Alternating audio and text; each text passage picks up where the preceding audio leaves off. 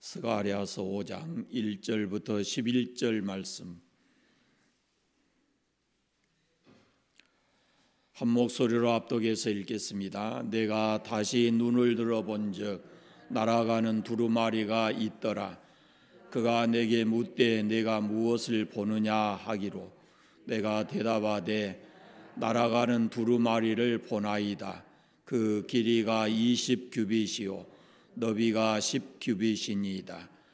그가 내게 이르되 이는 온 땅 위에 내리는 저주라.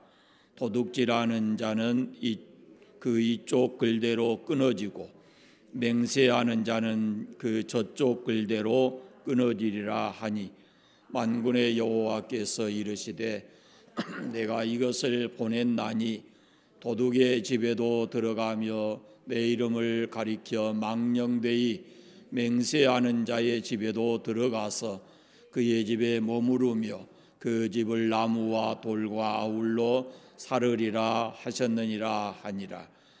내게 말하던 천사가 나와서 내게 이르되 너는 눈을 들어 나오는 이것이 무엇인가 보라 하기로 내가 묻되 이것이 무엇이니까 하니 그가 이르되 나오는 이것이 에바이니라 하시고 또 이르되 온 땅에서 그들의 모양이 이러하니라. 이 에바 가운데에는 한 여인이 앉았느니라 하니 그때에 둥근 납 한 조각이 들리더라. 그가 이르되 이는 악이라 하고 그 여인을 에바 속에 던져 넣고 납 조각을 에바 아귀 위에 던져 덮더라. 내가 또 눈을 들어본즉 두 여인이 나오는데 하계의 날개 같은 날개가 있고 그 날개에 바람이 있더라. 그들이 그 에바를 천지 사이에 들기로 내가 네게 말하는 천사에게 묻되 그들이 에바를 어디로 옮겨 가나이까 하니 그가 내게 이르되 그들이 시날 땅으로 가서 그것을 위하여 집을 지으려 함이니라. 준공되면 그것이 그 처소에 머물게 되리라 하더라. 아멘.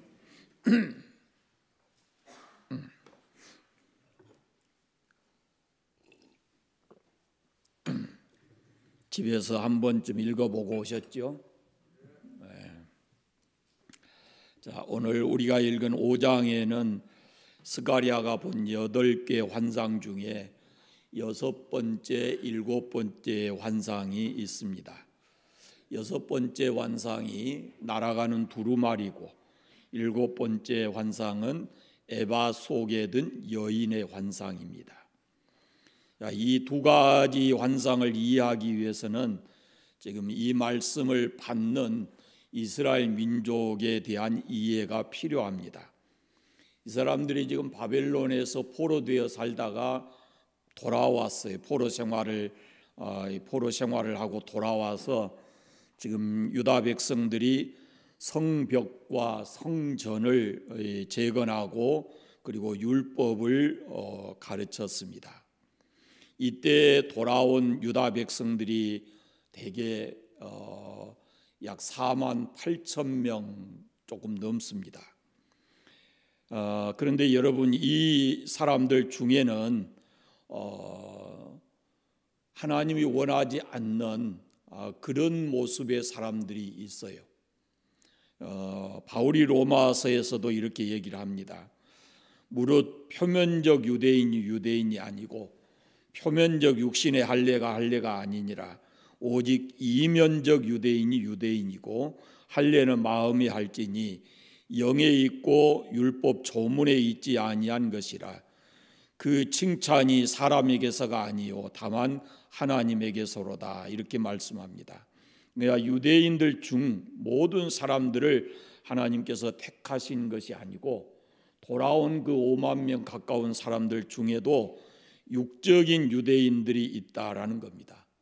영적인 유대인이 있고 하나님의 택하심을 받지 못한 육적 유대인이 있다라고 말씀해요. 우리가 앞서 보았는데 하나님께서 수룹바벨을 이 성전을 짓고 하는 이 모든 일에 총독으로서 감독 일을 하게 할 때요, 이 수룹바벨 같은 사람도 그 옷이 더럽혀져 있어 가지고 그 옷을 벗기죠. 더러운 옷을 벗기고 깨끗한 옷을 입혀 주셨다라는 것을 볼 수가 있습니다. 그러니까 수룹바벨을 하나님께서 택하셨다라는 것으로 우리가 설명할 수가 있습니다.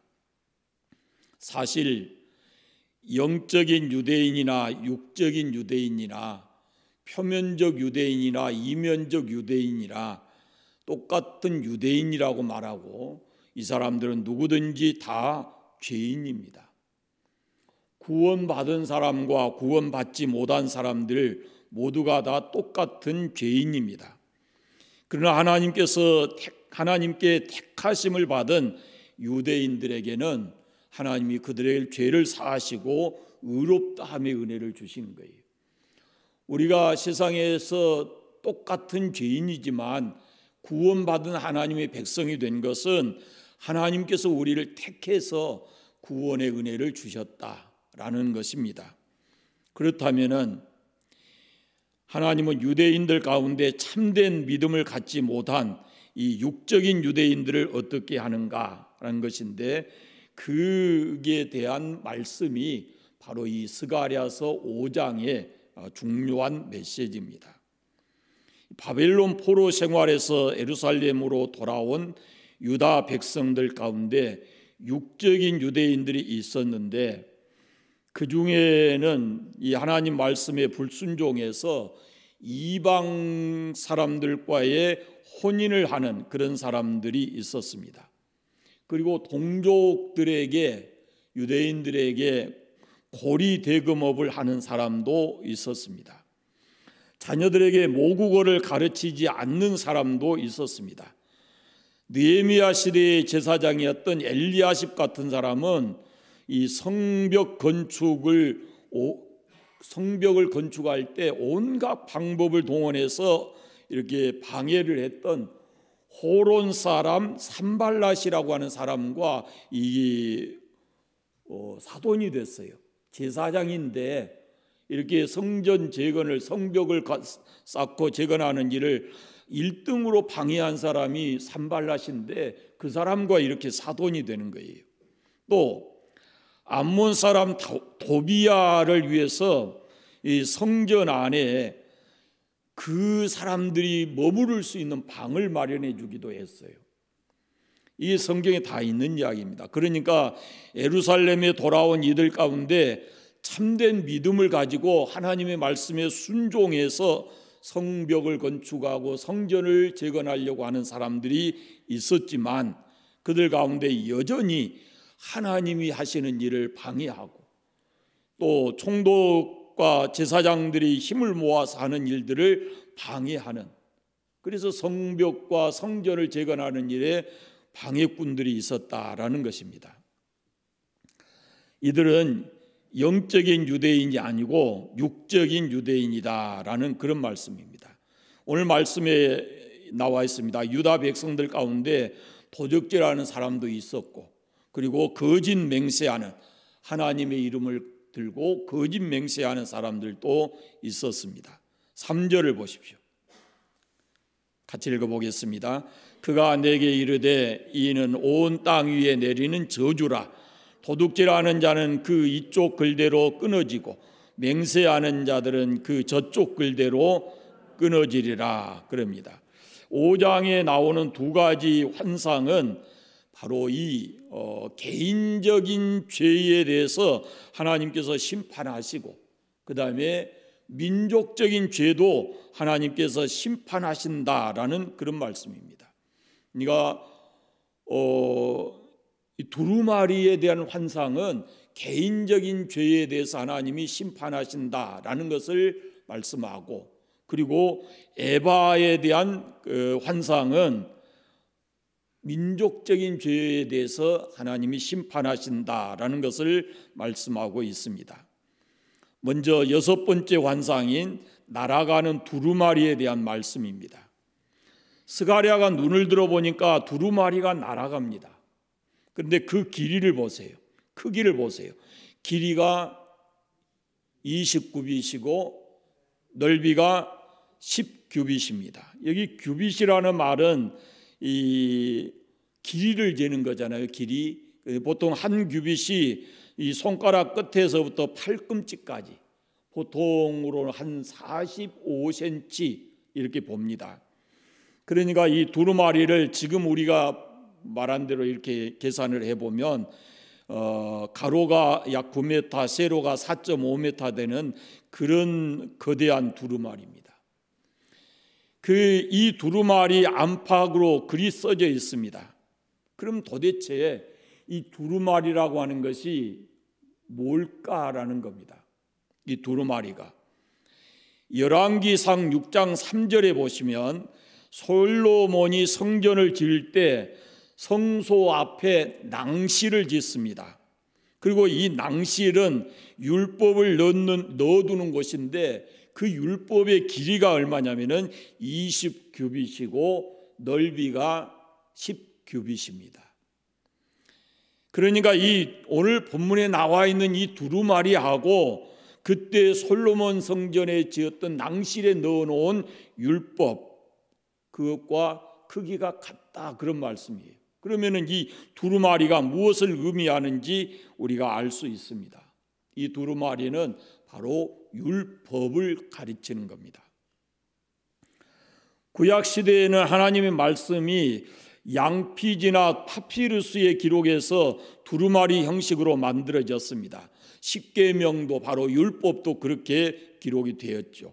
그런데 두루마리의 한쪽 면에 도둑질하는 자에 대한 저주가 기록되어 있었고 또 다른 한쪽에는 여호와의 이름을 망령되게 일컫는 그 사람들에 대한 저주가 있다라는 겁니다. 그러니까 지금 스가랴가 본 그 큰 두루마리가 한쪽 면에는 도둑질하는 사람들에 대한 심판에 대한 말씀이 있고 또 다른 쪽에는 여호와의 이름으로 망령되이 맹세하는 사람들에 대한 저주, 심판이 담겨져 있다라는 그런 말씀입니다. 그런데 그 큰 두루마리가 하늘을 날고 있습니다. 누구나 다 볼 수 있는 그 큰 두루마리였습니다. 거기에는 이 하나님 앞에서 계명을 어긴 자에게 저주가 임한다라는 이런 내용이 거기에 기록되어 있는 겁니다. 그러니까 선지자들을 통해서 하나님께서 말씀을 주실 때 또 신약 성경의 사도들을 통해서 말씀을 주실 때 반드시 축복에 대한 말씀만 있는 게 아닙니다. 하나님의 심판에 대한 메시지, 말씀도 담겨져 있습니다. 그런데 지금 이 스가랴가 본 그 날아다니는 두루마리는 그 속에는 하나님의 심판에 대한 말씀이 기록되어 있다라는 말씀입니다. 하나님의 계명을 어긴 자는 하나님께서 반드시 저주를 내리신다라는 것을 기록하고 있다라는 겁니다. 어떻게 하나님이 심판하시는가 저주하시는가 오늘 말씀에 있습니다. 4절에 보시면 그들의 집에 들어가서서 거기 머무르고 나무도 돌도 불살라버리고 그 집을 망하게 하신다 이렇게 말씀을 해요. 그러니까 하나님의 말씀은 양날의 검이에요. 양날의 검과 같아요. 신명기 28장에도 그랬잖아요. 말씀을 삼가 듣고 그 말씀에 순종하는 자에게는 이러이러하게 하겠다라고 말씀하시고 그 말씀에 불순종하는 자에게는 이러이러한 재앙이 임할 것이다 라고 말씀을 해요.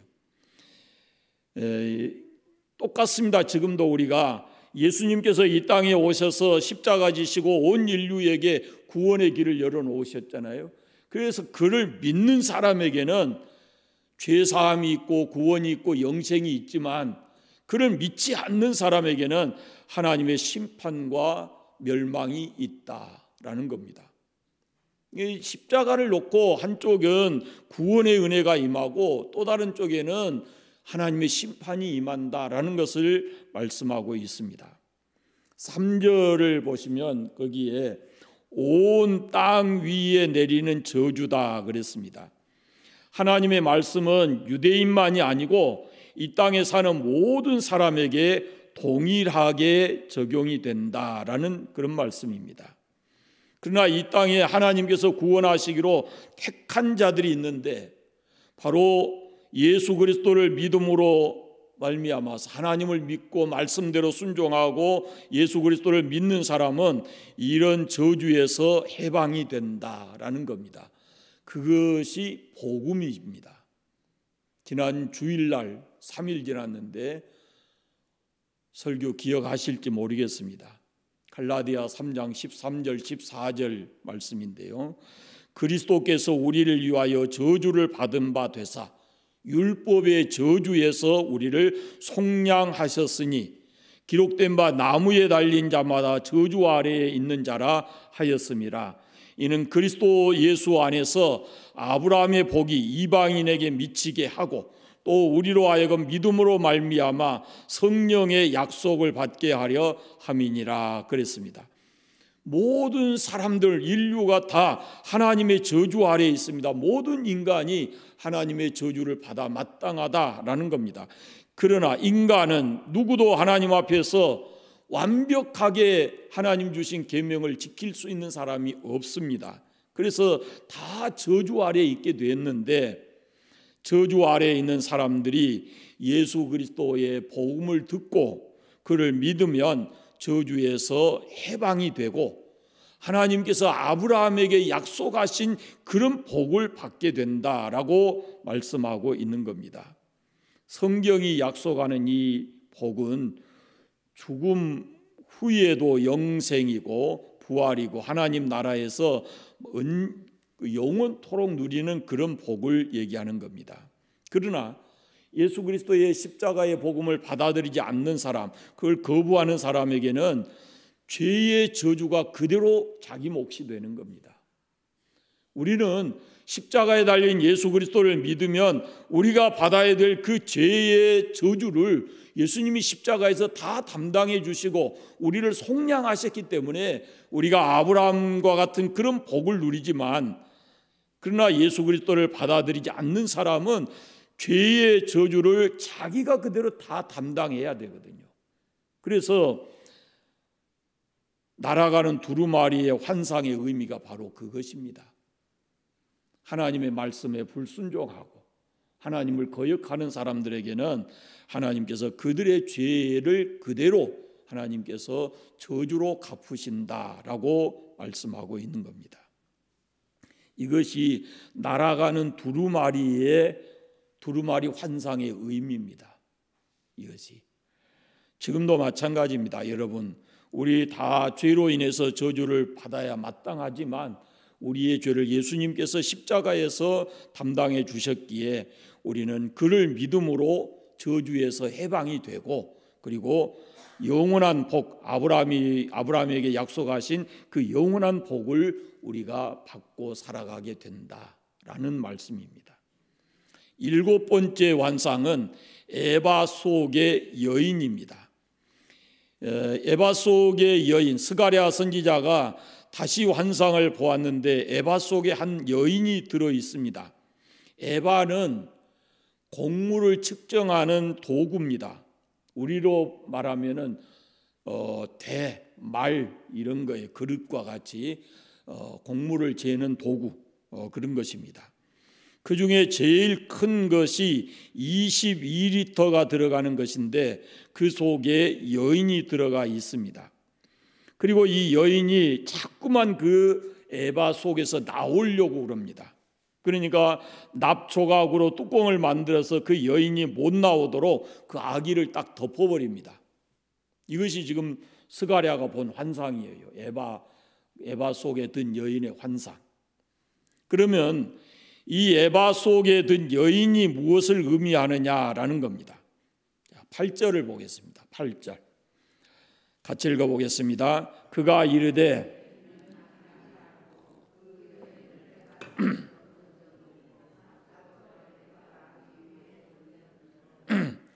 천사가 뭐라고 그래요? 이 에바 속의 여인이 뭐라고 그래요? 악이라고. 에바 속에 죄와 악이 쌓여가는 것은 그것을 에바 속에 여인이 들었다, 이렇게 지금 설명을 하고 있는 거예요. 죄에 대한 하나님의 심판은 죄를 지었다고 해서 그때마다 즉각 하나님이 심판하시는 것이 아니고 죄를 이렇게 도구에다가 에바에다가 하나하나 이렇게 싸서 죄를 지은 악을 행할 때마다 그걸 싸서 이렇게 그릇에다 담는 거예요. 그리고 그것이 양이 차게 되면 하나님께서 심판하신다라는 의미를 가지고 있어요. 그냥 죄를 지을 때, 악한 그 죄를 지을 때 그냥 그때 하나님이 심판하신 게 아니고 하나님은 기다리시는 거예요. 그것이 어느 양의 그릇에 차도록. 성경에 아합과 이세벨에 대한 말씀이 있어요. 이 사람들은 이스라엘 역사 가운데 가장 악한 왕 중에 한 사람들인데, 선지자가 이 아합과 이세벨의 악에 대해서 이렇게 저주를 합니다. 개가 너의 고기를 먹고 너의 피를 핥으리라, 그렇게 선지자를 통해서 저주했어요. 그런데 그 아합과 이세벨에게 20년이 지난 후에야 그 저주가 실행이 되는 거예요. 선지자의 입을 통해서 그 저주 심판에 대한 말씀하시는데 아합과 이세벨이 20년이 지나서 선지자가 말한 대로 개가 그들의 고기를 먹고 개가 그 피를 핥았다라는 것입니다. 그러니까 20년 동안 아합과 이세벨이 계속해서 이 죄를 차곡차곡 쌓은 거예요. 그래서 어느 기간이 되니까, 일정한 양이 차니까 그때에 하나님이 심판하셨다라는 말씀입니다. 하나님의 심판은, 어떤 분이 이런 말씀이었어요. 물레방아가 돌아가는 것처럼 천천히 돌아가지만 확실하게 돈다 그랬습니다. 천천히 돌아가고 하나님의 심판이 없는 것처럼 보이지만 하나님의 심판은 반드시 있다, 그런 말입니다. 하나님은 죄의 양이 그릇 속에 차곡차곡 쌓여서 그것이 차게 되면 결국은 심판을 내리신다라는 겁니다. 창세기 15장에 보면은 하나님께서 아브라함에게 이런 말씀을 하셔요. 내 자손은 4대 만에 이 땅으로 돌아오리니 이는 아모리 족속의 제약이 아직 가득 차지 아니함이니라, 그렇게 말씀하셔요. 창세기 15장이면은 아직 아브라함이 이삭을 낳기 전이에요. 그런데 하나님께서 아브라함에게 너의 후손들이 장차 이방에 가서 나그네로 살 것인데 4대 만에 이 땅으로 돌아올 것인데, 4대 만에 돌아오는 것은 이 땅에 지금 살고 있는 아모리 족속이 죄가 아직 가득 차지 않았다, 이렇게 얘기를 말씀하셔요. 이스라엘 아브라함의 후손들이 애굽에 내려가서 400년 동안 종살이를 하잖아요. 그리고는 가나안 땅에 살고 있던 그 아모리 족속의 죄악이 분량이 다 찰 때까지 기다린 거예요. 하나님께서 그 에바에 가득 차기까지 400년이 걸렸다, 그런 말씀입니다. 하나님이 정하신 그 에바의 그릇에 아모리 족속의 죄가 가득 찼을 때 그들을 그 땅에서 내쫓으시고, 그리고 그 땅에다가 이스라엘 백성들을 애굽에서 불러내서 그 땅을 주셨다라고 하는 겁니다. 그러니까 창세기 15장 말씀을 통해서도 우리가 알 수 있고, 지금 이 에바의 스가랴 선지자를 통해서 주신 이 에바 환상을 통해서도 알 수 있지만, 하나님께서는 바로 심판하시는 게 아니고 그 개인이든지 국가든지 그 죄의 양이 하나님께 앞에 차곡차곡 쌓여가요. 어느 순간인가는 하나님이 심판하신다라는 말씀입니다. 자, 7절부터 본문의 7절부터 11절 마지막 절까지 다시 한번 읽어보겠습니다. 이 에바 가운데에는 한 여인이 앉았느니라 하니 그때에 둥근 납 한 조각이 들리더라. 그가 이르되 이는 악이라 하고 그 여인을 에바 속으로 던져 놓고 납 조각을 에바 아기 위에 던져 덮더라. 내가 또 눈을 들어본즉 두 여인이 나오는데 하계 날개 같은 날개가 있고 그 날개에 바람이 있더라. 그들이 그 에바를 천지 사이에 들었기로 내가 네게 말하는 천사에게 묻되 그들이 에바를 어디로 옮겨가나이까 하니 그가 내게 이르되 그들이 시날 땅으로 가서 그것을 위하여 집을 지으려 함이니라. 준공되면 그것이 제 처소에 머물게 되리라 하더라. 아멘. 그 에바 속에 두 여인이 들었는데 에바 속에 들어있는 여인을 보니까 항날개 같은 날개가 있고 날개를 가진 그 두 여인이 에바를 천지 사이에 들어 올렸다 이렇게 말씀하고 있어요. 이 두 여인이 누군가라는 겁니다. 이 에바 속에 있는 두 여인이 누군가라는 거예요. 학자들의 견해가 의견이 조금씩은 다른데요. 이게 아수르와 바벨론이다 그렇게 해석하는 분도 있고 어떤 사람은 헬라와 로마를 가리킨다 이렇게 보기도 합니다. 문제는 이 두 여인의 정체성보다 두 여인이 악을 상징하는 에바를 어디로 옮기느냐라는 것입니다. 어디로 옮겼다 그래요?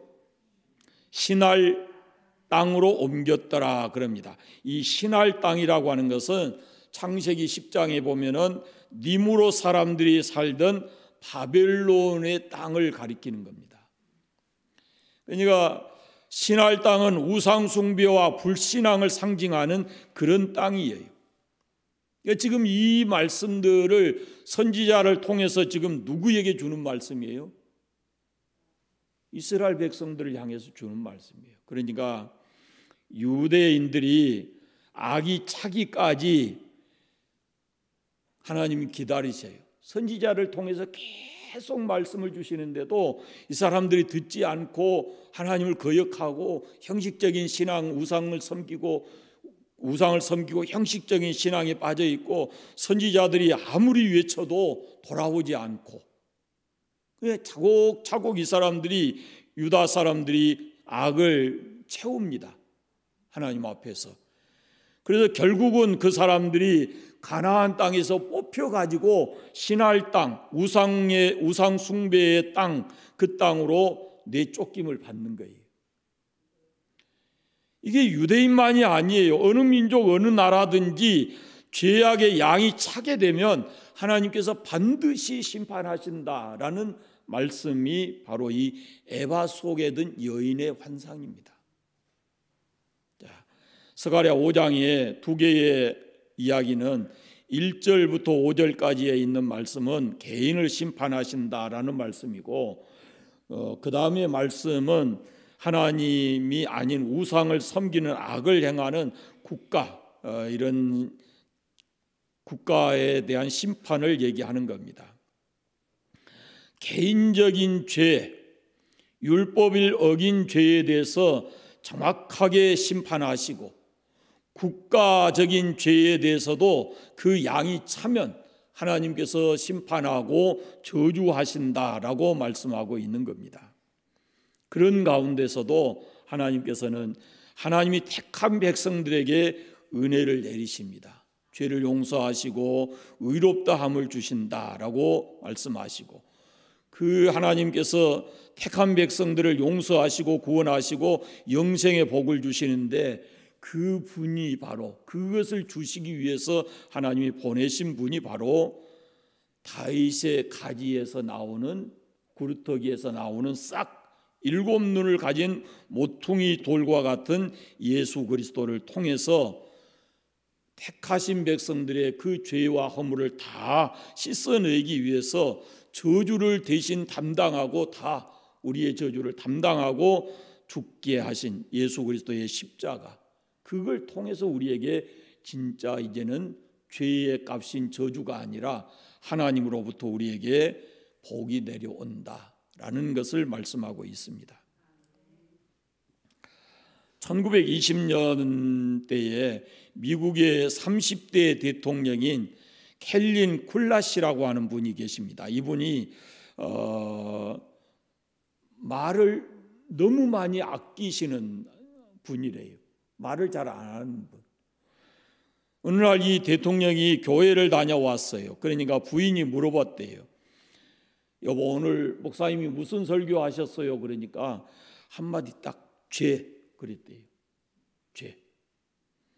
그래서 뭐 더 얘기도 안 하니까 다시 또 물어봤대요. 죄에 대해서 뭐라고 하셨어요? 그러니까 죄에 대해서 뭐라고 했어요? 그러니까 하나님 죄 싫어한대. 그러고 말았대요. 여러분, 스가랴서 5장은 우리에게 바로 그걸 말합니다. 개인의 죄든지 국가적인 죄도 하나님께서는 반드시 심판하시는데, 하나님이 심판하신다라는 말씀은 하나님이 죄를 싫어하신다라는 말씀이에요. 그러므로 죄와 저주에서 해방된 성도들도, 우리도 예수 그리스도께서 십자가 지시고 우리에게 저주, 죄로부터 오는 저주를 우리에게서 가져가시고 속량해 주셨으니까 그 십자가를 믿는 우리도 뭐 해야 되겠어요? 죄를 싫어해야 됩니다. 두말할 것도 없어요. 하나님께서 예수님을 이 땅에 보내셔서 죄의 값인 저주를 그 십자가를 통해서 다 담당하게 하시고 우리를 그 속에서 속량해 내셨기 때문에 이제 우리가 구원받은 하나님의 자녀로서 이 땅을 살아갈 때 우리도 죄를 싫어해야 합니다.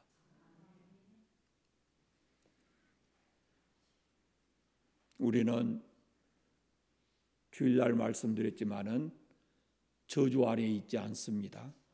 하나님의 은혜 아래 우리가 있어요. 그러니까 하나님의 은총 아래 우리가 있으니까 하나님의 은총 아래에 있다 하는 것은 그것은 우리 대신 저주를 다 받아주신 십자가의 공로, 예수님의 십자가의 공로입니다. 그래서 우리는 이 십자가를 단단히 붙잡고 날마다 주시는 하나님의 그 거룩하신 은총을 힘입고 죄와 싸워 이기는 그런 삶을 살아가게 되시기를 바랍니다. 기도하겠습니다. 하나님 감사합니다. 어렵고 힘든 삶 속에 마땅히 우리가 당해야 될 모든 저주를 우리 주님 예수 그리스도께서 십자가에서 대신 담당하시고 우리를 속량해 주셔서 이제는 하나님의 자녀로 하나님의 은총을 입고 하나님이 주시는 영원한 복을 누리며 살아갈 수 있도록 은혜 주신 것 감사합니다. 여전히 세상은 죄가 관영합니다. 또 우리는 연약합니다. 전능하신 아버지, 우리를 주의 장중에 붙드시고 성령 하나님께서 늘 말씀이 생각나게 하시고 또 우리로 하여금 하나님의 거룩하신 말씀대로 순종하고 살아서 죄 짓지 않고 살아갈 수 있도록 우리를 붙들어 주시기를 원하옵고 기도합니다. 하나님 아버지께서 죄를 싫어하시니 구원받은 우리도 죄를 싫어하는 삶을 살아가게 해주시기를 원하옵고 기도합니다. 이제 우리가 날마다의 삶을 통해서 우리를 구원해 주신 하나님께 영광을 돌려드리고 우리 대신 십자가 지시고 모든 저주를 대신 받아주신 그 주님의 은총을 날마다 감사하고 찬양하며 살아갈 수 있도록 은혜 위에 은혜를 더해 주시기를 원하옵고 기도합니다. 우리의 삶의 현장은 너무 힘들고 어려운 일들이 많이 있습니다. 그러나 그 일 때문에 낭망하지 않게 하시고 우리의 모든 짐을 져주시는 주님 앞에 인생의 무거운 짐 다 내려놓고 주님이 주시는 평안함을 누리고 하루하루 살아가게 해주시기를 간절히 원하옵고 기도합니다. 주일이 돌아올 때까지 주님과 동행하는 삶이 되게 하여 주옵소서. 예수님의 이름으로 기도드립니다. 아멘.